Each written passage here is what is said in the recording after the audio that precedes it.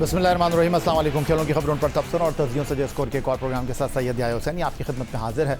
Pakistan Super league ने कामयाबी के साथ अपनी पहली दिहाई मुकम्मल कर ली है और अब सीज़न 11 के साथ एक नए 10 साला दौर में दाखिल हो चुकी है। एक ऐसा सफ़र जिसमें न सिर्फ क्रिकेट को फ़रोग़ मिला बल्कि पाकिस्तान का मुस्बत तशख़्ख़ुस भी दुनिया भर में उजागर हुआ। पाकिस्तान सुपर लीग सीज़न 11 के दिलचस्प और सनसनीखेज़ मुकाबले इस वक्त जारी हैं और इस बार इवेंट को मज़ीद रंगीन और मुकाबला जाती बनाने के लिए टीमों की तादाद में भी इजाफ़ा किया गया है, जिसने टूर्नामेंट की शिद्दत और दिलचस्पी को मज़ीद बढ़ा दिया है। ताहम इस सीज़न में एक पहलू ऐसा रहा है जिसने इस जोश व खरोश को किसी हद तक मुतासर किया। मशरिक़ वस्ता में जारी कशीदा सूरत हाल के सबब दुनिया भर की तरह पाकिस्तान सुपर लीग भी मुतासर हुई और हुकूमत पाकिस्तान के फ़ैसले के तहत मुकाबले बंद दरवाज़ों के पीछे खेले जा रहे हैं। यकीनन ये फ़ैसला शायकीन क्रिकेट और ख़ुद पाकिस्तान क्रिकेट बोर्ड दोनों के लिए आसान नहीं था। दूसरी जानिब सीज़न 11 के आगाज़ पर कुछ तनाज़ात ने भी जन्म लिया, चाहे वो प्लेयर्स ऑक्शन से मुताल्लिक़ सवालात हों, शेड्यूल और ड्राफ्ट के मामलात हों या नई फ्रेंचाइज़ीज़ के मालिकान की जानिब से टीम ख़रीदने के बाद पीछे हटने की खबरें। अगरचे पाकिस्तान क्रिकेट बोर्ड और PSL इंतज़ामिया ने इन मामलात को संभालने की भरपूर कोशिश की, लेकिन कई सवालात अब भी शायकीन के जहनों में मौजूद हैं। तो आज हम इन्हीं अहम मामलात पर तफसीली गुफ्तगू करेंगे और हमारे साथ स्टूडियो में मौजूद होंगे पाकिस्तान सुपर लीग के chief executive officer Salman Naseer sahab. Salman Naseer साहब, खुशामदीद कहेंगे आपको। यकीनन आप मुख्तलिफ न्यूज़ चैनल्स पर स्पोर्ट्स शोज़ में साबिक क्रिकेटर्स की गुफ्तगू को सुनते रहे होंगे। जियो न्यूज़ पर स्पोर्ट्स फ्लोर के नाम से एक शो मुनक्किद होता है और हम जिन्हें क्रिकेट का सिकंदर कहते हैं वो है सिकंदर बख्श साहब। तो उनको जब पता लगा कि आप हमारे मेहमान बन रहे हैं तो उन्होंने भी एक वीडियो पर सवाल रिकॉर्ड कराया है। वो सवाल बराह रास्त आपसे कर रहे हैं तो फिर जवाब भी आप ही को देना पड़ेगा। सुनते हैं वो आपसे क्या सवाल पूछ रहे हैं। पहले सिकंदर बख्श साहब, फिर आपकी तरफ आते हैं। सलाम सलमान साहब, कैसे हैं आप? खैरियत से? बहुत ज़बरदस्त जा रहा है आपका लीग PSL की, जिस तरह हम एक्सपेक्ट कर रहे हैं। थोड़े मैच ज़्यादा हो गए। मेरे एक दो सवाल हैं, रिजर्वेशंस हैं, मैं वो आपसे, मुझे मौका मिल गया, याया ने दिया है तो मैंने कहा आपसे मैं पूछूं। नंबर 1, आपके यहाँ ड्रॉज कौन बनाता है? मैंने तो चैलेंज किया हुआ है कि आप मुझे 1 घंटा दें, मैं आपको ऐसे ड्रॉज बना के 1 घंटे के अंदर दे दूँगा कि जिसके अंदर कोई टीम भी बैक टू बैक मैचेस नहीं खेलेगी, इसलिए कि सबसे बड़ी आसानी ये है कि सारी टीमें एक ही जगह पे हैं और एक ही जगह पे टूर्नामेंट हो रहा है। नंबर 1 मेरा ये है कि एक टीम को आपने, जैसे पेशावर ने 1 मैच खेला, उसके बाद एक में बारिश हो गई, उसके बाद वो 4 मैच तक कुछ नहीं खेला, फिर एकदम से लगातार खेलना शुरू कर दिया बैक टू बैक। वो मैं समझता हूँ कि गलत है। जो भी आपका बंदा ड्रॉस बनाता है ना, उससे आप ज़रूर प्लीज़ उससे बोलिएगा, या तो मेरी हेल्प ले ले, मैं उसको हेल्प कर दूँगा। नंबर 1। नंबर 2, आपने ये एक सिंगल लीग नहीं कराई है, आपने ना डबल लीग कराई है, आपने कराई है 1.5 लीग, यानी कि एक पूरे 8 टीमों की लीग कराई, मैचेस आपस में कराएं जो कि 28 बनते हैं, राइट। फिर आपने जो 8 टीमें उनको 2 हिस्सों में डिवाइड कर दिया, ग्रुप A ग्रुप B, उनके मैच एक्स्ट्रा करा के आपने 40 मैच करा दिए। सवाल मेरा ये है, जो मैंने कुछ सीनियर जर्नलिस्ट से भी पूछा था, कि आपने किस बेस पे वो 2 ग्रुप बनाए? शुक्रिया। सिकंदर बख्श साहब हमारे साथ मौजूद थे। तो सलमान नसीर साहब, ये वो सवालात हैं जो लोगों के जहनों में मौजूद हैं। मैंने कहा सिकंदर बख्श के तवज्जुह से आपके सामने रखते हैं और आप इसका जवाब दीजिए। बिल्कुल, थैंक यू। एक तो सबसे पहले अस्सलाम वालेकुम टू एवरीवन, और शो पे बुलाने का आपका शुक्रिया। अच्छा एक मौका मिल जाता है इसके थ्रू आपके सवालात का जवाब देने का। तो पहले तो सिकंदर भाई का चैलेंज इज़ एक्सेप्टेड। टाइम उनका शुरू हो गया है, घंटे में मैं एक्सपेक्ट कर रहा हूँ कि आप शेड्यूल दें। अच्छा, दूसरी बात कि कौन बनाता है। अच्छा, सो ये कोई एक बंदा तो है नहीं जो शेड्यूल बनाता है, और कोई एक फैक्टर है नहीं जो कंसिडर किया जाता है। इसमें सारे स्टेक होल्डर्स से मुशावरत जो है वो की जाती है, और इसमें आपके फ्रेंचाइजेस भी शामिल हो जाती हैं, लॉ इन्फोर्समेंट एजेंसीज़ भी शामिल हो जाती हैं, वेन्यूज़ भी शामिल हो जाते हैं, जो लोकेशन के लोकल अथॉरिटीज़ होती हैं, आपके TV राइट्स होल्डर्स भी इन्वॉल्व होते हैं, लाइव स्ट्रीमिंग वाले भी इन्वॉल्व होते हैं, स्पॉन्सर्स भी इन्वॉल्व होते हैं। So overall there are multiple factors जो आपको कंसिडर करने पड़ते हैं कभी भी शेड्यूल बनाने से पहले। ऑफ कोर्स हमारे यहाँ PSCB में 2-3 ऐसे इंडिविजुअल्स हैं जिनका ये प्राइमरी टास्क है, लेकिन उनको सबसे कंसल्ट करना है और ये देखना है कि हम एक ऐसी शेड्यूल बना सकें जिसमें सारे स्टेक होल्डर्स जो हैं वो एक तो कंफर्टेबल हों, और दूसरा ये कि बिगर इंटरेस्ट जो हैं वो हमारे जो प्रायोरिटीज़ हैं वो पूरी हो रही हों। एंड ऑफ कोर्स हमने एक फ़र्क शेड्यूल बनाया था HPL PSL का पिछले 6-8 महीने से एक काम जारी था। एक मुश्किल टास्क था इस साल हम सबके लिए। एक तो वैल्यूएशन हो रही थी पुराने फ्रेंचाइजेज़ की, उसके बाद नए फ्रेंचाइजेज़ ने आना था, सारे कमर्शियल एसेट्स जो थे वो फिर से सेल होने थे, और एक अच्छा मोमेंटम नज़र आया। हमने ऑक्शन में भी देखा, खा वो टीम्स का ऑक्शन हो या प्लेयर्स का। तो हमारे लिए ऑफ कोर्स ये एक एक्सरसाइज चल रही थी, और उसके साथ साथ हम सब स्टेक होल्डर से बात भी कर रहे थे।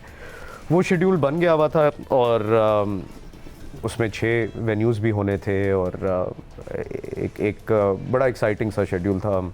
हम चाह रहे थे कि उन शहरों से बाहर निकलें जहाँ ट्रेडिशनली HBL PSL होता रहा है। तो इस दफ़ा अनफॉर्चुनेटली करीब आके एक नई डेवलपमेंट हुई, और हमें एडवाइस दिया गया कि बल्कि रादर इंस्ट्रक्शन आई कि ये हम नहीं करा पाएंगे शेड्यूल के मुताबिक, और इनफैक्ट पोस्टपोनमेंट की बात भी हुई, और वहाँ से फिर सिचुएशन को रिकवर करके हम उस स्टेज पे आ गए कि एटलीस्ट HBL PSL हो रहा है। और सबसे इम्पोर्टेंट चीज़ ये थी हमारे लिए कि ये हो, ऑल बी एट हम सब बहुत दुखी हैं कि क्राउड्स के बगैर है। तो तब हमें शेड्यूल चेंज करना पड़ा। जब नो क्राउड्स की बात भी हो गई, और ऊपर से इंस्ट्रक्शंस भी हमें आ गई हुई थी कि जी इसको हमें मिनिमाइज़ करना है और ऑस्टेरिटी की तरफ जाना है, और हमने अपना हिस्सा डालना है उसके लिए। तो उसके बाद जब हम 2 वेन्यूज़ पे आ गए, तो पिचेस भी देखनी है आपने, schedule conditions of the ground भी इम्पोर्टेंट हो जाते हैं। तो उस हिसाब से बहुत सारी चीज़ें हैं जो फैक्टर इन की जाती हैं। आपने खाली शायद पेशावर ज़ल्मी का जिक्र किया, लेकिन अगर आप देखेंगे सारी टीमों को अच्छा खासा बीच में ब्रेक आ रहा है। एक जो लोगों को कन्फ्यूजन है, जो सिकंदर बख्श साहब ने भी सवाल किया कि पहले 8 टीमों ने एक मैच खेल लिया, उसके बाद आपने कहीं ये नहीं कहा कि ये सेकंड लेग है। आपने टीमों को किस बुनियाद पर 4-4 में तकसीम कर दिया, ये ज़रा वजाहत। हाँ, ये सॉरी आई थिंक उन्होंने पूछा था और मिस हो गया मेरे से। एक तो 2 ऑप्शंस थी हमारे पास। हम या तो चले जाते डबल लीग बेसिस पे फिर से, जिसका मतलब होता कि अभी दिन भी बढ़ जाते, मैच भी दिन भी बढ़ जाते, 44 की बजाय हम 60 मैचेस पे चले जाते। तो उस वक्त हमने ये कंस्ट्रेंट्स भी देखने थे कि हमारे पास विंडो कितनी बड़ी है, प्लेयर्स की अवेलेबिलिटी कितनी है, और कमर्शियल एस्पेक्ट्स भी देखने होते हैं आपने। अभी तक हमारे जो पुराने कॉन्ट्रैक्ट्स चलते आ रहे हैं उसमें हर फ्रेंचाइज 10 मैचेस एटलीस्ट खेलती आई है, और एक कोशिश ये भी थी कि बरकरार रखा जाए। हमने सुपर 6s के ऊपर भी एक प्लान बनाया, ये देखने की कोशिश की कि जी हम कॉन्टेक्स्ट को किस तरह आगे लेके जा सकें, कि हर कोई एक दूसरे से एक दफ़ा खेल ले, फिर हम 6 टीमों को आगे लेके जाए सुपर 6s में, और उसके थ्रू आगे चलें। लेकिन फिर कमर्शियल कंसिडरेशंस भी होती हैं जिनको आपने मद्देनज़र रखना होता है। आफ्टर ऑल लीग दुनिया में जितनी भी हैं वो सारी कमर्शियल बेसिस पे चल रही हैं, एंड उसकी ग्रोथ के लिए भी इम्पॉर्टेंट है कि ये इन्वेस्टमेंट आती रहे।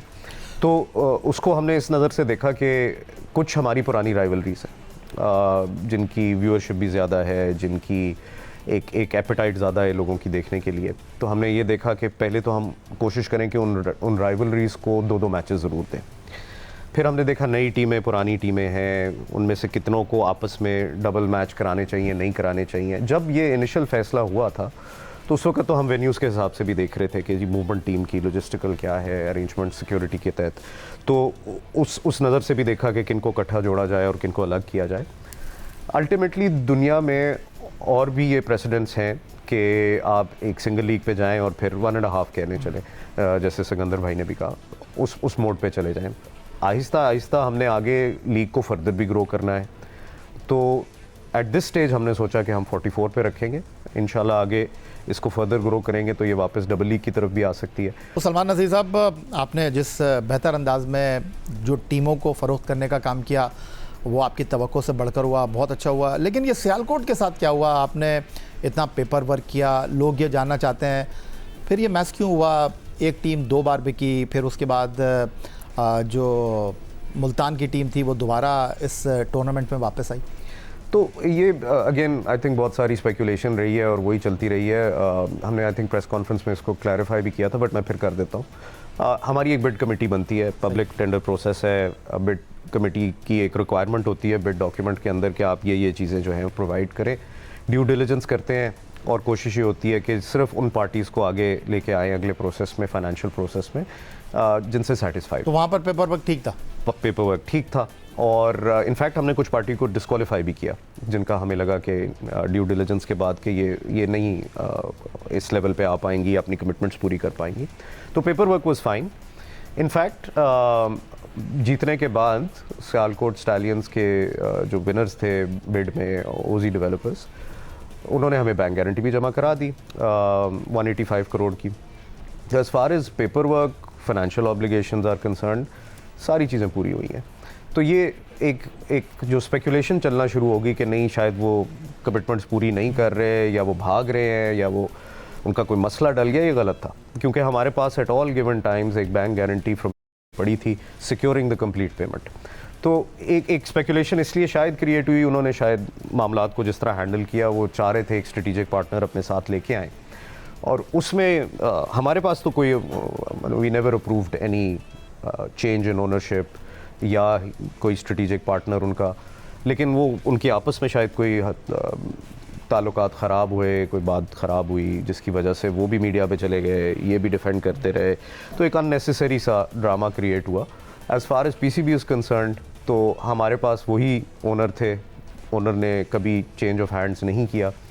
फिर सीडी वेंचर्स हमारे ऑप्शन में आए, मुल्तान सुल्तान्स का जब हुआ, मुल्तान टीम का हुआ, तो very passionate, very cricketing knowledge wise sound individuals, तो उन्होंने हार गए, नहीं जीत पाए, लेकिन इंटरेस्टेड थे फिर भी।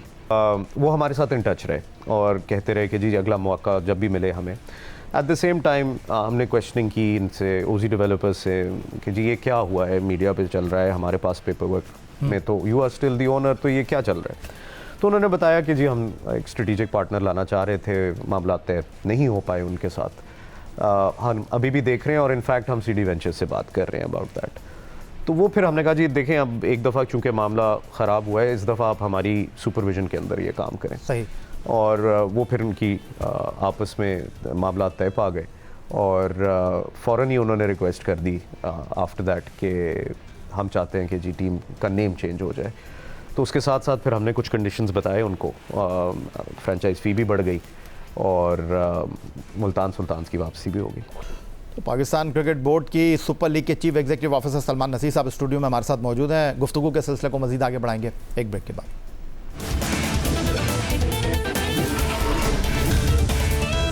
एक बार फिर कहेंगे आपको खुश आमदेद। पाकिस्तान सुपर लीग के chief executive officer Salman Naseer साहब स्टूडियो में हमारे साथ मौजूद हैं। अच्छा, आपने दो फैक्टर की बात की, क्रिकेट डेवलपमेंट की बात की, आपने फैंस की बात की। तो फैंस के हवाले से ये आपके लिए बड़ा चैलेंजिंग टूर्नामेंट है, और अभी नेशनल स्टेडियम कराची में chairman Pakistan cricket board Syed Mohsin Raza Naqvi साहब आए थे, मीडिया से गुफ्तगू की, फैंस के हवाले से बात की। उन्होंने कहा कि वज़ीर आज़म पाकिस्तान मियां मोहम्मद शहबाज शरीफ साहब जो पेट्रन है पाकिस्तान क्रिकेट बोर्ड के, उनके साथ फिर मुलाकात करेंगे, उनको फिर कायल करने की कोशिश करेंगे, उनको बताएंगे कि जी लोगों के लिए ये टूर्नामेंट इम्पॉर्टेंट है और कुछ मैचों में लोगों को आने दिया जाए। उन्होंने क्या कहा, ज़रा वो दिखाते हैं आपको। मेरी काफ़ी दिनों के बाद पीएसएल के टीम ओनर्स के साथ भी और टीम से भी मुलाकात हुई है। तो मैं कराची वालों ने भी काफ़ी सारे लोगों ने कहा है, तो मैं पीएम साहब से दोबारा अगले दिनों में मिल के रिक्वेस्ट करूँगा कि क्या पॉसिबिलिटीज़ हैं। लेकिन आपको देखना चाहिए कि एक तरफ दुनिया में क्या हालात हैं, ऑयल का क्या क्राइसिस है, तो उसको देख के कुछ दरमियाना फैसला करते हैं। बट पीएम साहब से ज़रूर रिक्वेस्ट करूँगा। सलमान नसीर साहब, तनकीद अपनी जगह, लोगों के बगैर बंद दरवाज़ों में क्रिकेट होना अपनी जगह, आपके लिए कितना बड़ा चैलेंज था टूर्नामेंट को बर वक्त कराना। और एक टाइम पर टूर्नामेंट पहले 6 मैदान पे था, फिर 2 मैदान तक आप लेकर आए, फिर ये भी बात हो रही थी कि आप हो सकता है बांग्लादेश लेकर जाए, हो सकता है आप श्रीलंका लेकर जाए, लेकिन आपने पाकिस्तान में इस टूर्नामेंट को रखा। ज़रूरी था जी, एक तो कि पाकिस्तान में ही हो, और हो सबसे बड़ा चैलेंज उस वक्त यही पड़ गया था हमें, again without saying too much, वो ये था कि क्या ये कर भी पाएंगे कि नहीं। और इस वक्त इसको अगर डिले कर देते तो शायद इस साल में हम HBL PSL ना देख पाते, ये सीज़न शायद हमें स्किप करना पड़ जाता। तो एक तो ये बहुत मुश्किलात थी। आपके लिए कितने मुश्किल दिन थे? बहुत मुश्किल दिन थे, मेरा ख्याल है। अब एक तो डिप्रेशन भी था, दूसरा नींद भी पूरी नहीं हो रही थी बिकॉज़ हम रास्ते ढूंढ रहे थे, और एक स्ट्रेस भी था, एक हार्ट ब्रेक भी था। लेकिन डिस्पाइट ऑल द चैलेंजेस ये इम्पोर्टेंट था कि लीग हो, और अल्हम्दुलिल्लाह हो रही है। हाँ, इसमें कोई शक नहीं कि 6-8 महीने से जो एफर्ट्स जारी थी उनका क्लाइमैक्स था ये इवेंट का होना। और जब क्राउड्स नहीं थे तो फैंस का तो दिल टूटा, बट आई टेल यू हम लोगों का भी टूटा। सलमान नज़ीर साहब, एक सवाल जो और आम पब्लिक में ज़बान ज़द आम है, आपकी मौजूदगी का फ़ायदा उठाएंगे। कुछ लोग कह रहे हैं यार ये मखसूस लोगों के लिए तो ग्राउंड खुला हुआ है ना, कि जो फ्रेंचाइज ओनर्स हैं उनके गेस्ट हैं, आपके कमर्शियल पार्टनर हैं उनके गेस्ट हैं, जो आपके हॉस्पिटैलिटी बॉक्सेस हैं उनमें लोग आकर मैच देख रहे हैं, तो उस पर थोड़ी सी तनकीद हो रही है। मेरा ख्याल है आप इसका ज़्यादा बेहतर जवाब दे सकते हैं। नहीं, बिल्कुल ज़रूरी है। आई थिंक ये भी क्लियर करना कि इस पूरी अभी तक HBL PSL में कोई पासेस इशू नहीं हुए, कोई टिकट इशू नहीं हुई। जो हुआ है वो ये है कि एक तो ओनर्स जो है उनकी फ्रेंचाइज एग्रीमेंट्स के अंदर एक ऑब्लिगेशन होती है कि हॉस्पिटैलिटी बॉक्स एक उनको मिलता है। जो पार्टिसिपेटिंग टीम्स होती हैं उन दोनों को एक एक बॉक्स दिया जाता है, एक प्लेयर्स की और प्लेयर्स की फैमिलीज़ के लिए दिया जाता है, और कुछ आपके बड़े स्पॉन्सर्स जैसे कि HBL PSL और जो सेंट्रल स्पॉन्सर्स हैं उनकी ऑब्लिगेशंस कंट्रैक्चुअल हैं, उसके अंदर उनको जाता है। फिर हमने इनफैक्ट जो नज़र भी आ रहा है ना, वो क्यों नज़र आ रहा है, देखिए क्राउड की कमी सबको फील होती है, आप टीवी पे देख रहे हो तब भी फील होती है। इसलिए वो थोड़ा सा हमने कोशिश की आर्टिफिशियल नॉइज़ के साथ थोड़ा प्ले अराउंड किया कि यार वो एटलीस्ट, सबको पता है आर्टिफिशियल है, हमें भी पता है, लेकिन at least back of the mind आपको पता है कि चले यार ये थोड़ा सा मेकअप कर ले, शायद व्यूइंग एक्सपीरियंस बेहतर हो जाए। हमने प्रोडक्शन में भी बहुत सारी नई चीज़ें आप देख रहे होंगे, बायोमैकेनिक्स, बैट ट्रैकिंग, ये वो भी ऐड की इस दफ़ा, लेकिन कमी रहती है। तो हमने फिर सोचा कि यार किसी तरह व्यूइंग एक्सपीरियंस ऑफ फैंस को इम्प्रूव करने के लिए हमने कोई ना कोई रिएक्शन भी तो दिखाना है किसी का, कि यार चौका छक्का आउट हुआ है। अगर कोई रिएक्शन ही ना सामने मिले तो बात बिल्कुल ही नहीं बनती। तो हमने इनफैक्ट रिक्वेस्ट किया ओनर्स को कि आपके डगआउट्स हम थोड़े बड़े कर देते हैं, ठीक है, आप ज़रूर अपने फैमिली मेम्बर्स या ब्रांड एम्बेसडर्स या सेलिब्रिटीज़ जो आपके साथ एसोसिएटेड हैं उनको लेके आएँ, and we will try and make sure कि यार कोई रिएक्शन आ सके कैमरे पे, ताकि जो देख रहा है टीवी पे उसको एटलीस्ट वो थोड़ा सा ज़्यादा कनेक्ट कर पाए। जो तनकीद होती है कि जी पाकिस्तान क्रिकेट बोर्ड की जो पाकिस्तान सुपर लीग है उसने पंजे गाड़ लिए हैं क्रिकेट बोर्ड के ऊपर, और उनके खिलाड़ी जो हैं उनकी मर्ज़ी से पाकिस्तान क्रिकेट टीम में मुंतखब हो जाते हैं। इसका जवाब आपसे बेहतर कोई दे नहीं सकता।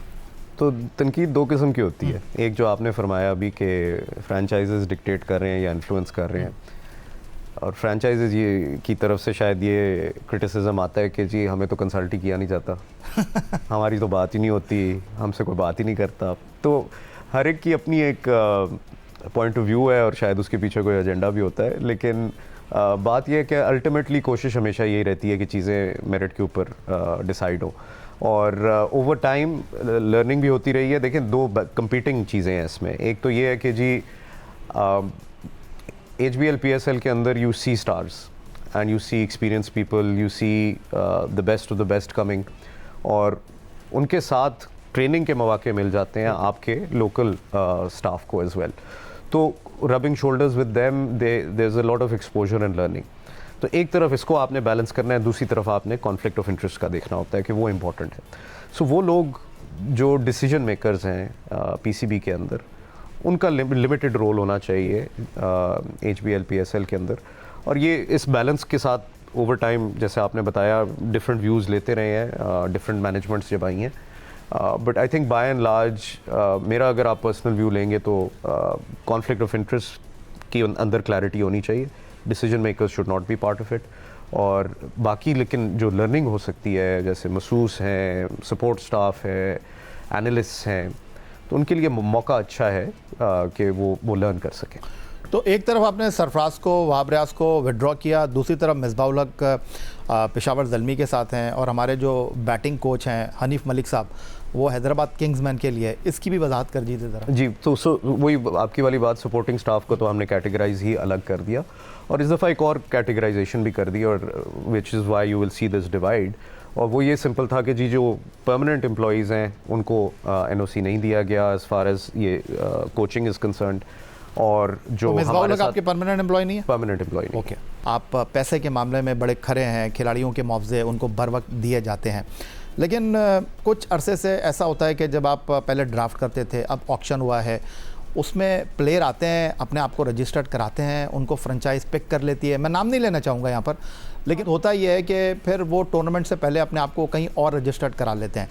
अभी आपने जिम्बाब्वे के ब्लेसिंग मूसा रब्बानी को 2 साल की पाबंदी लगाई है, तो आप समझते हैं कि पाकिस्तान क्रिकेट बोर्ड इससे ज़्यादा कुछ नहीं कर सकता, क्योंकि बहरहाल क्रिकेट के तकाज़े हैं, खिलाड़ियों ने आपके साथ मिस कमिटमेंट की, और क्या कर सकते हैं? देखिए 2-3 बातें हैं। ऑफ कोर्स जो सैंक्टिटी है ना किसी भी लीग की, वो सबसे अफजल है। ठीक है। और ये इम्पॉर्टेंट है कि जो कोई भी कमिटमेंट करे वो उसको पूरा करे। नहीं करता 2 चीज़ें हो सकती हैं, एक तो हम कार्रवाई करें तो करें, दूसरा ये उस क्रिकेटर के बारे में भी एक रेपुटेशनल रिस्क होता है। और अब दुनिया को पता है कि ये बंदा शायद अपनी बात पे पूरा नहीं उतरता, अगली दफ़ा उसको कोई भी लेने जाएगा तो ये 4 दफ़ा सोचेगा। दूसरी बात ये, जहाँ तक हमारा सवाल है, हम कार्रवाई कर सकते हैं और क्या कर सकते हैं। एक तो हमने सिंपल, आपने बता भी दिया, जिम्बाब्वे के प्लेयर थे, उनके ऊपर पाबंदी लगा दी 2 साल की। और कुछ और अभी भी प्लेयर्स हैं जिनकी इंक्वायरी जारी है, तो चूँकि अंडर प्रोसेस है मैं ज़्यादा नहीं बात करता उनके ऊपर, लेकिन अगले कुछ दिन में उनका रिज़ल्ट भी आपके सामने आ जाएगा। कुछ जेन्युइन रीजंस भी होते हैं लोगों के, और हमने हमेशा से ये कहा है कि जहां आप इस्टेब्लिश कर सकते हैं कि देयर आर जेन्युइन रीजंस जिसकी वजह से आप नहीं कर पाए, तो इट इज़ ओके। लेकिन जहां पे आप सेटिस्फाई नहीं कर पाएंगे हमें कि कोई जेन्युइन रीज़न था और बात इतनी सी थी कि शायद पैसे ज़्यादा मिल रहे हैं तो आप चले गए, तो वहाँ पे हम कॉम्प्रोमाइज़ नहीं करेंगे। बहुत शुक्रिया सलमान नसीर साहब, chief executive officer Pakistan Super league, हमारे साथ मौजूद थे, और बहुत शुक्रिया हमें ज्वाइन करने के लिए। यही था जनाब आज का हमारा प्रोग्राम। एक्स अकाउंट पर आप हमें फॉलो कर सकते हैं, ईमेल कर सकते हैं, अपनी राय से आगाह कर सकते हैं score@jio.tv पर। इस दुआ, इस उम्मीद, इस तवक्को के साथ कि पाकिस्तान में खेल और खिलाड़ी तरक्की करते रहें। सैयद याहिया हुसैनी को स्कोर की पूरी टीम के साथ अगले प्रोग्राम तक के लिए इजाज़त दीजिए। अल्लाह हाफ़िज़।